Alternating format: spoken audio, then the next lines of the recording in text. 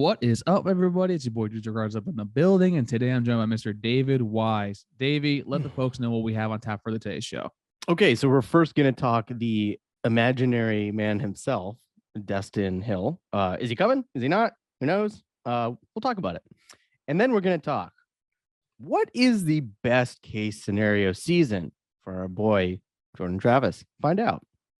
Ooh, some JT13 love. We're starting the season of the Summer of Elite lives really early, but folks, thank you guys so much for the love and support and making Locked On Seminoles your first listen each and every single day. With that being said, let's go on with the show.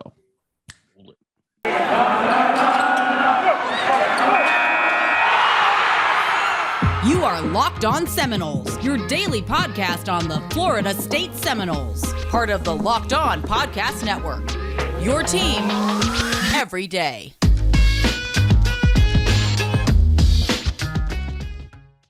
Good morning, good afternoon, and good evening, and welcome back to another edition of Locked On Seminoles. As at the top of the hour, it's your boy Drake, and I have Mr. David Wise, Esquire, sitting right to the left of me. Or if I do this, damn it, hold on, it's not working. All right, so, well, I was trying to move the video around and be funny, but Dave, how are you doing, by the way? aside from seeing through that, doing great, Drake. It's hot out here, even in New York. It is. We're going to talk weather here for a second. It's too hot. It is only May, and I'm not here for it. I want snow back. I miss it. Yeah, you do know it gets miserably, miserably hot in New York because you don't have the nice little ocean or sea breeze as you used to have. I'm on the ocean. Florida. Chill out. I'm on the ocean here. Yeah, it's not the real ocean. But like I said, Dave, we will start the weather podcast on a different day, a different avenue. Yep. But so we're here to talk about the man, somewhat the myth, some kind of, a legend in a sort of way. Yeah, we're talking about Mr. Destin Hill, formerly the artist known formerly as Mr. Destin Payson. Yep. Now, before we get into this conversation, I'm going to reiterate that I think out of all three of us, all three of us here aren't, I guess, in the highest of hopes or highest of beliefs actually will be basically on campus. Yeah, I kind of treat the kid as Bigfoot at this point. Yeah, and I think it's more likely that I marry Rihanna, to be honest with you, than him come on campus. But reports are coming out that he is apparently through clearinghouse. He actually is going to be probably on campus sometime in the summer, prepare for summer B, which is, I want to say, June 20th. I think is the first day classes for summer B. So, Dave, you kind of followed him a little more during his recruitment. What is the kind of the special ability that Mr. Hill actually would give to this offense, or also what he would just bring overall to the position group? Yeah, so Destin Hill, for those who don't remember at this point, because it's like Drake said, it's been that long. It's been that long. Even though it was only the class of 2021, it feels like this has been going on for 4 years now. Wait, seriously? Yes, it's only a year? Seriously. Oh my God. It's been a year. This pandemic, man, I swear. It's like a half decade. So Destin Hill was a great recruiting poll out of New Orleans. He was a blue chip prospect, top 20 receiver nationally, number 113 composite nationally. For being 6 foot and 200 pounds, the kid is fast. You shouldn't be that fast at that body size, which is why he was such a highly ranked recruit. We do not have that take the top off kind of speed reliably on offense. We're lacking a lot in the receiver position in terms of kids running good routes, kids being fast enough to take the top off, kids making their catches when the ball is accurately thrown to them. We're lacking all of that, but we tried to address that through the transfer portal. This kid has already signed with us. He is absolutely the kind of kid that would solve one of those three issues, the taking the speed to take the top off issue.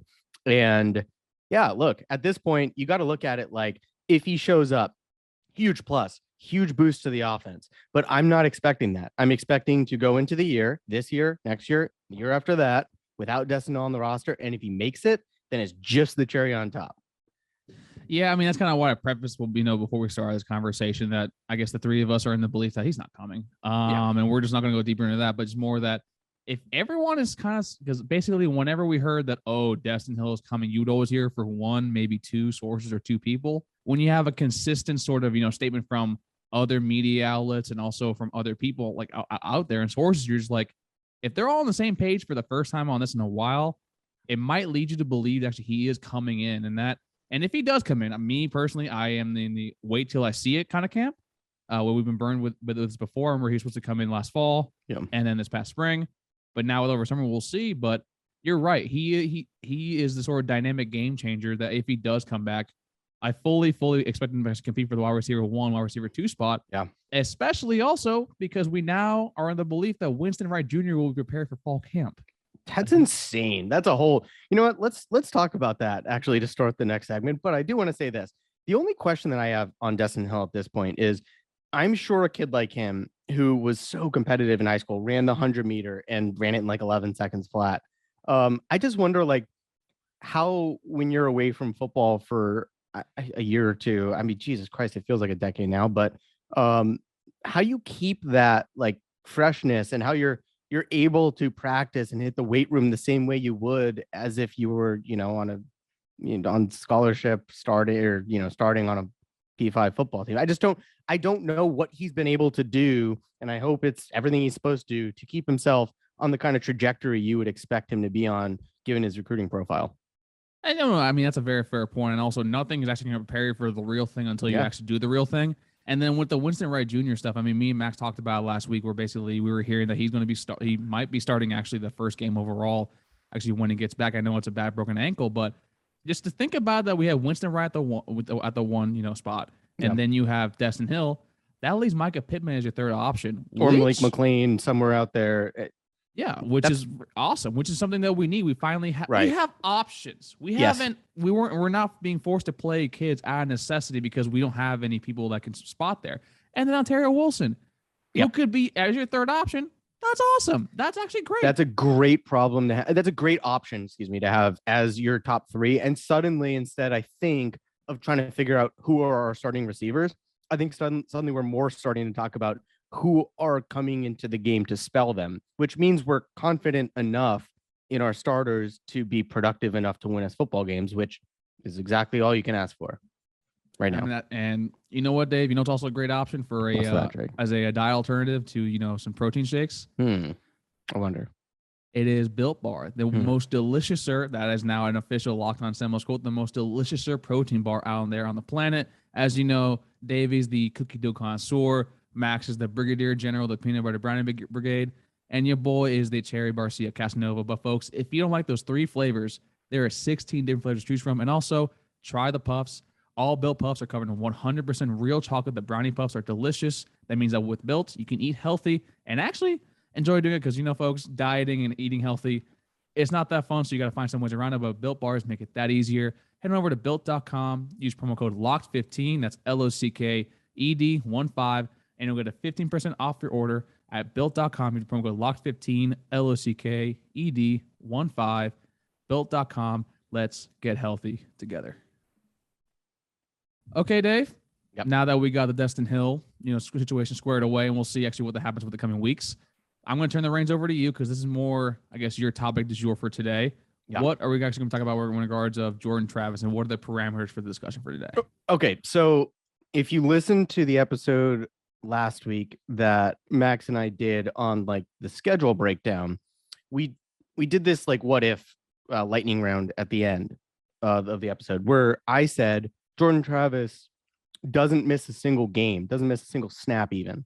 I mean, that's not realistic, but you know what I mean. He misses as few snaps as any highly injury proof starting quarterback in Power 5 level. What does that season look like for FSU?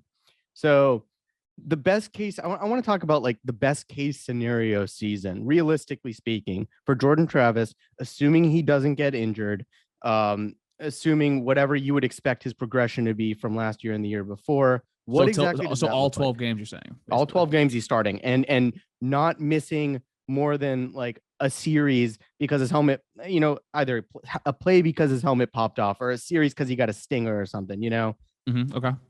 Just something like that. What does that season look like for Jordan Travis, and what does that look like for FSU? For me, best case scenario, I mean, he proved me wrong last year. He can definitely do it again where he improves again as a passer. One of the things I like, the spring game, I know it's not best tailored for his skill set, but I think the point of the spring game was to see how much better he was as a passer. Yeah. And I know the offensive line didn't do all the greatest favors, but also the offensive line, when he did have clean pockets, the happy feet showed up. He was limited to 1, maybe 2 reads, even if he got that. Yep. And so to me, he just didn't look comfortable strictly throwing the ball, which now that we're actually just talking in the last segment that we potentially have all these options, we need you to utilize these options out there for you. So to me, if he was able to stay healthy for a full 12 games, to me, he probably would have around, I want to say 3,250 yards. And to me, that spells around 2,300, 2,400 passing yards, and then maybe another 700, 800 on the ground rushing. So to me, like a little bit like a 60-30, like he needs to show that he's becoming a better QB. I think he really doesn't come passing the ball. So to me, I think the best case scenario, that's what would come down to yardage wise.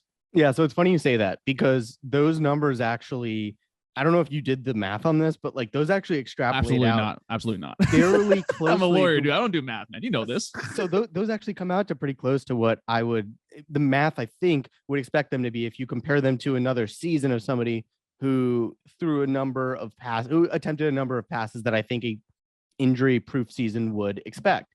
Here's what I did. So I went back and I compared Jordan Travis to DeAndre Francois. That he in 2018, I know he was coming back from his injury, but DeAndre Francois attempted 396 passes. That is in line with 2016 when he attempted 400. So it's right in that 396 to 400 range, right? Okay. If Jordan Travis were to attempt that number of passes based on his stats last year, so you extrapolate that out, if instead of 194 passes, he attempted 396, you would expect his yards to be 3,141. You would expect his touchdowns to be 30 and his interceptions to be 12. That would be an enormous season. That'd be awesome. And it's funny. It's funny because we had this conversation, I think about 5-6 weeks ago now, where we got into this argument about what's unrealistic for us to expect passing yards wise from Jordan Travis. And I remember Max said it's not crazy, or that it's crazy to expect him to throw for 2,500-ish yards. And I think me and you were saying that's not that crazy to expect your starting quarterback to be able to throw for that many yards. I still don't think it is. But the reality is, if he were to attempt as many passes as Frenchie did in either of his two healthy seasons starting here, he would be expected to throw for over 3,000 yards, just purely extrapolating that out. And that's assuming he doesn't progress more as a passer from last year to this year. So if he improves, it seems like, just based on those numbers, he should be able to eclipse not only 2,500, which means that's not a crazy expectation for him, but also put up the kind of touchdown numbers that would lead you to think this offense can beat opponents regardless of what the defense is doing. I think the only thing I kind of would say to push back a little bit, because I mean, I agree with you. I think that's asking your starting QB in the Power 5 level to throw for at least 2,500 yards isn't asking for too much. Baseline. When they're fully healthy for the entire season, which Jordan has not been. Yep. But I think I just want to ask you this. Has Mike Norvell ever had a QB attempt that many passes? Because I just don't know if his offense is so suitable for that. And also, we also got to ask, is this offensive line strong, like healthy enough? When fully healthy, are they good enough to actually give a QB enough time to attempt all those passes, but also most of the passes to be of a good variety, like not rushed, not simple throwaways. And then we also have a strong stable of backs that are probably the strongest feature on our team when it comes to a Trey Benson who looks awesome. Trayshawn Ward showed up that he actually can be a really damn good player. I mean, Lawrence Toafili, that Clemson play still is rewinding in my mind. The balance he had actually continued that through the tackle. So it's like, yes, I want Jordan to be a better passer. I think we all do. Yeah. I just don't know if we need him to throw the ball almost 400 times a year. Let me read you a couple stats that I think you'll find interesting. You just asked the question or made the statement. You don't know that Mike Norvell's going to have his quarterbacks throw that much. Yeah, I don't so. Here's Brady White's 2 seasons under Mike Norvell at Memphis. 392 pass attempts for 3,296 yards and 26 touchdowns. 421 pass attempts for 4,014 yards and 33 touchdowns. Now, we are in the ACC. It ain't going to be just as easy pickings. Just because you're throwing the ball more doesn't mean you're going to put up as prolific of numbers. But shout out to Big 12. Right. Yeah. But 392 pass attempts, 3,296 yards, right? Mm-hmm. And 26 touchdowns. Those numbers I came up with were 3,141 yards on 396 pass attempts and 30 touchdowns. Those would be right in line with where Brady White's numbers were back in 2018 under Mike Norvell. So So and honestly, Jordan could be a better QB than Brady White. Yes, I don't know if you right. ever watched any of that. I think he already is now, to be quite honest with you. Brady White wasn't very impressive to me, and he still put up pretty big numbers in Norvell's offense. So if Norvell trusts Jordan Travis to throw the ball, and he's going to allow him to have that many pass attempts, which I still don't think so, just because of his running numbers. I think he'll still run the ball enough that you don't want him to throw that much necessarily. I think those are possible and realistic numbers from the quarterback position from Jordan Travis. I can get behind that now that actually you're throwing some of these numbers my way. It's just more that that offensive line for Memphis also was a lot better. If we're being honest, I mean, they had 2 kids drafted into the NFL this past year, which were 2 kids that I wanted Norvell to bring from Memphis. I know that you and Max aren't the biggest of fans of bringing Group of 5 kids transfers in, but yeah, when it's a position of need like, offensive line, also linebacker, that's something that we need overall. Just to me with Jordan, I think I'm probably the lowest on Jordan out of all 3 of us here, but I do think he has the capability to prove people wrong. I mean, we saw his highlight tape back in high school. I mean, the kid does have an arm. It's just more, does he have the accuracy for it? And also, Max and I discussed this about, I think, a month and a half ago. The small little adjustments he has to make now are so minute, are so small, and they're so ingrained or stitched into actually his DNA as a QB. It's going to be really hard to make those adjustments. It's like basically in baseball where you have a pitching stance, your entire windup, your delivery. Yeah, it takes a lot of time to get through that. It takes a lot of time to prepare for that, and also to get out of that shell. I mean, that's why you see big time prospects when they finally hit that wall, they have no idea what to do because they've done something for their entire lives when they make the pros. Yeah, what I did like about Jordan's passing improvement last year was I liked his touch on the deep ball better, where I need to see it from him. And if he's healthy, that means he's going to be throwing more passes. And if he's throwing more passes, this is going to matter that much more, is his accuracy on short to mid passes. If he can improve in that range of the passing game, that's going to mean we're going to want to let him pass more. Because if he's inaccurate on the throws that you're making more often than the deep throws, then you're not going to want him to do it as much because he's more likely to throw an interception or create a second or third and long. And you put us behind the chains like that, and you're going to see the same crap you did the last 2 years where we're punting, and that drive chart looks just terrible. So a healthy Jordan Travis who has made improvements, I think can have a DeAndre Francois type season.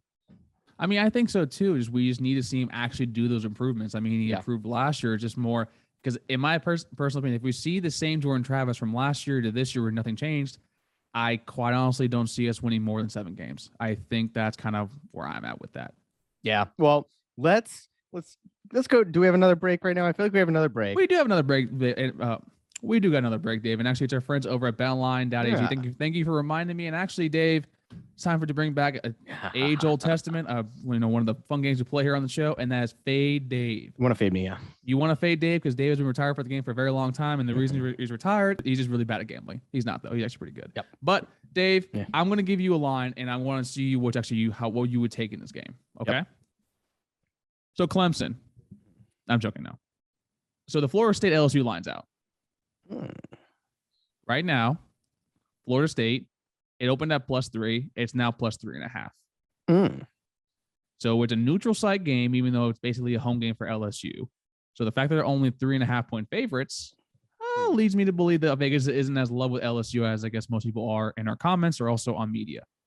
Dave, what is your fade Dave pick right now? All right, so you're gonna want to fade me here, just for starters. And this is a golden rule of mine with betting on my own team. I bet against my team every time because it's a win-win for me. If I bet against us and we lose and I have to go through that bullshit of losing, then I want to make some money off of it.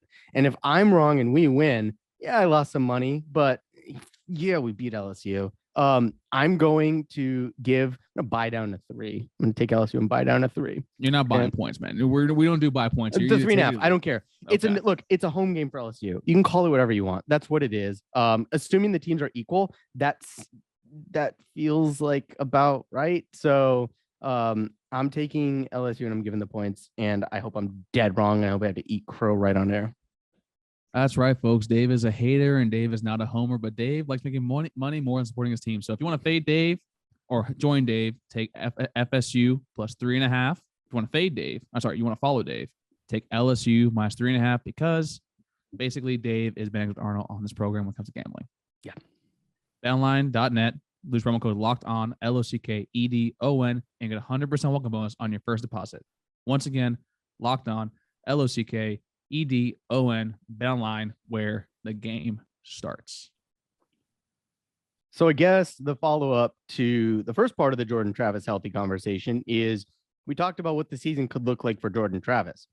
The obvious follow-up to that is, what does that healthy Jordan Travis season look like for FSU? We've done these schedule breakdowns. We've done these win-loss projections. I don't care what you think you know or don't know about this Florida State team for this upcoming year. What we do know, whether you like Jordan Travis or not, if he's injured, that's more losses and less wins. If he's healthy, that's more wins and less losses. I mean, that is really hard to argue with. So, assuming he doesn't miss a No, you're right. Oh, You're right. assuming he doesn't you're right. So assuming Jordan Travis doesn't miss a game and starts all of them, what does that season look like for FSU, assuming the kind of progression as a passer we just discussed? So if it's a fully healthy Jordan Travis, and it's a Jordan Travis that has 3,250 total yards, which is what I had, and he's actually passing for 2,200 yards, so that's the 200 yards per game that we want, or at least around that, right?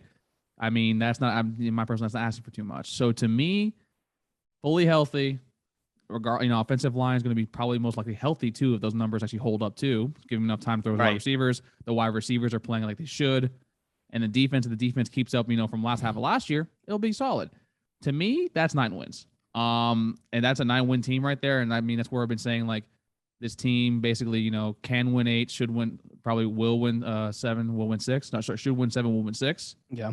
That's a little bit of a bump for me. Because it's a one-game bump for you. It's a one-game bump for me, primarily because the importance of Jordan Travis to this team is not lost on me. He is by far your most important piece, by far one of your best players, if not the best player that you have, basically, with the ball in his hands. He's dynamite. And if he stays healthy and still plays the same play style he has, where he's taking a lot of hits, he's evading out of the pocket, still running for first downs. And then if he's healthy and then he's able to actually pair that with the ability to throw the ball, defenses are going to have a really hard time adjusting to that. So to me, that is easily 9 wins, with your losses probably only being to one of Miami, Florida, Clemson, and maybe just 2 games where just like we get beaten out by a better coach team like an NC State and maybe even Louisville. Yeah, I think I'm right with you there on the win-loss projections. If he's healthy all year, I think you're looking at an 8 to 9 win season. I think 9 being a hell of a lot more realistic than it would be otherwise. The problem we've seen the last couple of years is Jordan Travis has missed games. He's missed drives within games. I'm not blaming him. The kid puts his heart on the line. It's just the way he plays. But if he stays healthy, like you said, that's a good point. If he's healthy, that probably means the offensive line's healthy. Because if the offensive line isn't healthy, Jordan Travis won't be healthy. Seem to me to be directly correlated. I guess where I'm thinking is, what difference, like, in what games does that make a bigger difference? Like you mentioned, if he's healthy, I think you probably lose one of those big 3 games, and I think you probably do win 2 out of the 3. I think, to me, it makes a bigger difference in those games that we should win. You go back to like the Wake Forest type games. We should beat Georgia Tech no matter who's starting at quarterback, but just games where, you don't look too much into the rosters and whatnot, and you just think, oh, Florida State should beat them. Like, those are the kind of games I think a fully healthy Jordan Travis you would expect to be loss proof. No, I think that's exactly right. And like the big game I would probably circle as being probably the most difficult out of those 3 is that Miami game, because I think TVD, like, he has shown himself as a really good QB, but Jordan Travis outclassed him for majority of that game. And in my personal opinion, we did the same thing we did with UNC, right before, like the year before in the Miami game, where we kind of took our foot off the gas, which I don't know what is with Mike Norvell. He puts up a 30-point lead and then tries to hold on for dear life and give everyone a heart attack. Like, if TVD had played the second half, like he played the entire game, we probably would have lost last year. And to me, like, it's gonna, if Jordan stays fully healthy and the staff knows he's fully healthy, they'll probably, honestly, hopefully open up the playbook a little bit more for him, right? Instead of Taylor, because if you can't deny, when you watch the UMass game last year, the call outs for between Travis and Chuba were completely and utterly different. The book just felt a lot more open. Yep. So it's going to come down to the coaching staff actually having more faith in Jordan. And so far, we haven't seen that. I mean, they can say as much as they want how much they love the kid, but the only person that said that really out loud and in front of everybody else was Dillingham, and Dillingham's gone. Right. So to me, I need to see, just as much as I need to see Jordan Travis take the next step, I need to see Mike Norvell actually put faith in his damn QB because Jordan deserves it. You're right in that he obviously let Brady White kind of just throw all over the place at Memphis. And yes, Jordan Travis has missed time. That's taken away from his pass attempts. But setting that aside, he still hasn't shown the tendency to allow Jordan Travis to just throw the ball all over the field. His numbers haven't been there, not just because of injury either. If he is attempting 300 passes, it's not just because he's healthy, like you're saying. It's because he's healthy and Mike Norvell likes where he's at, because the guy that was his biggest cheerleader, like you said, is gone. But Jordan Travis staying healthy, I think the biggest stretch of games that makes me feel better about is the BC Wake NC State stretch, because I worry about that BC game. Obviously, the Wake and the NC State games are games that we could win, but a lot of people predict us to lose. Regardless of how I feel about that, I think if he's healthy, you're winning 2 out of those 3 games. And that is the death run of Louisville, BC, Wake, NC State, Clemson. If you go 2 out of 3 against those 2 and then beat one of either Louisville or Clemson, and you go 3-2 in that murderer stretch, I'm very happy with the way I think the season could turn out. And then you get a bye too right after that. Like that, you get a bye. Nice little like, hey guys, we're over 500. We honestly might have a bowl eligibility by that time, or at least one more win. And you have Georgia Tech next week, and then Syracuse, garbage. Louisiana, garbage. Florida, Urban Meyer can be in Florida. I can still say they're garbage. But like to me overall, like that's just a hard. I mean, it's not a hard stretch, but it's not the easiest stretch, because we don't know who they have actually at offense with some of the schools. It's the kind of stretch where if Jordan Travis is either missing the games entirely, obviously those are losses. If Jordan Travis misses one of those 5 games, we lose the game. I don't need to know anything else. But it's if we were to beat LSU, we were to beat Duquesne, and we were to finish that stretch like I started, we're talking about us being 5-2 at that point after Clemson, going into Georgia Tech, which means 6-2. That is a big deal. With Jordan Travis either missing the game or injured against those teams, I think that's the kind of stretch where you lose 2 out of those 3. You probably lose to Clemson. You probably lose to Louisville. That could change the entire complexion of the season. His health during that 5-game stretch. That's how big of a deal I think it is. And not only that, and then this is probably where we'll end off right here, is that you're going up against what a lot of people think are the top 5 quarterbacks in the entire conference. We've already discussed ad nauseum that the ACC, the reason I have Jordan in my bottom 5 with QBs is not solely because I just don't think he's that great. I think he's an average passer, but he's a diamond runner. I just think the other QB options in the entire conference are leaps and bounds, not only ahead of him, but a lot of QBs in the country. I think the ACC overall has the top quarterbacks, top to bottom, like average-wise, across the entire country. I know Bryce Young is out there. I know so is CJ Stroud. I know Spencer Rattler is also over there lurking somewhere. But you can name me 1 or 2 in each conference. And the ACC, I can name you 6 or 7, maybe even 8 really, really damn good QBs. And you can't really say that much about other spots. But, yeah, it's crazy. It's insane. But Dave, thank you so much for sitting down today with the folks. You got anything else to say before we head off? Please stay healthy, Jordan Travis. Can we just get some luck in our way one time? Like, it feels like there's a lot of luck involved in football, and it just seems like we've gotten just the shittiest luck the last few years, right? Just can we get 1 year? I mean, come on. Yeah, bullshit. It could be worse. It could be Nebraska. But folks, thank you guys so much for your love and support and making Locked On Seminoles your first listen each and every single day and joining us. Please don't forget 5-star reviews in Apple Podcast, Spotify, Stitcher, or wherever you get your podcast from. And Dave, give them the YouTube instructions. How do you do this? All right. So subscribe to the podcast. Like this video if you do like it. Leave us a comment down below. And if you have a question, leave it down below and we'll try to answer it during our Mailbag Monday next week. Ding the little bell and it'll tell you when our videos drop. And no, I didn't forget the last one again. Is that it? You said subscribe, didn't you? Yeah, I did. Oh, yeah, I got them all. Finally.